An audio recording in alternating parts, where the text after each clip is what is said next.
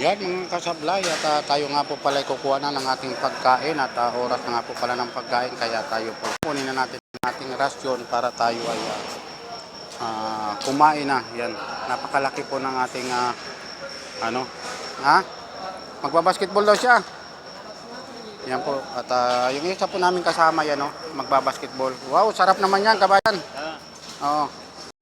Yan po ang pagkain natin pritong galunggong at saka munggo na ginisa. Napakasarap po ng ating hapunan ngayon. Napakasarap ng ating hapunan. Yan. Yan naman po mga kasangkay ang lagi namin kinakain papalit-palit naman po araw-araw po ipapalit-palit po ng pagkain namin. Hindi lamang po isang putahe kundi papalit-palit po yan.